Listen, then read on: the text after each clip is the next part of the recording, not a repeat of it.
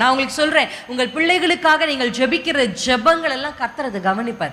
உங்க நாவில் ஒரு அதிகாரத்தை, நம்ம எல்லாருக்கும் ஒரு வசனம் தெரியும், நீ அந்த மலையை பார்த்து, ஆமா இருக்கீங்களா, அந்த மலையை பார்த்து சமுத்திரத்தில் தள்ளுண்டு போ என்று சொன்னால் அது உங்களுக்கு அப்படியே ஆகும்.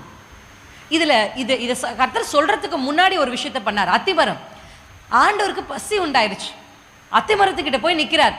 இந்த அத்திமரம் எப்படியாகிலும் ஒரு பழத்தை தருமா? இந்த அத்திமரம் பயங்கர தந்திரம். என்ன தந்திரம் சொல்லுங்க? இது அழகா வளர்ந்துருக்கும், இலைகள் எல்லாம் பச்சை பச்சையா இருக்கும், தூரத்திலிருந்து பார்த்தா கனி இருக்க மாதிரியே இருக்கும், கிட்ட வந்து பார்த்தா கனியே இருக்காது. அல்லேலூயா.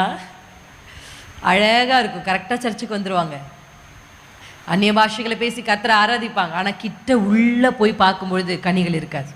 ஆமேன். கர்த்தர் சொல்லுகிறார், கனி தருகிற மரங்களை கர்த்தர் தேடி கொண்டிருக்கிறார். ஆமேன். இந்த நாள் அப்படி கர்த்தர் கிட்ட வந்து பார்க்கும்பொழுது இது உடனே ஆண்டவர் சொல்றார், இந்த அத்திமரம் பட்டு போட்டோம் அப்படின்னு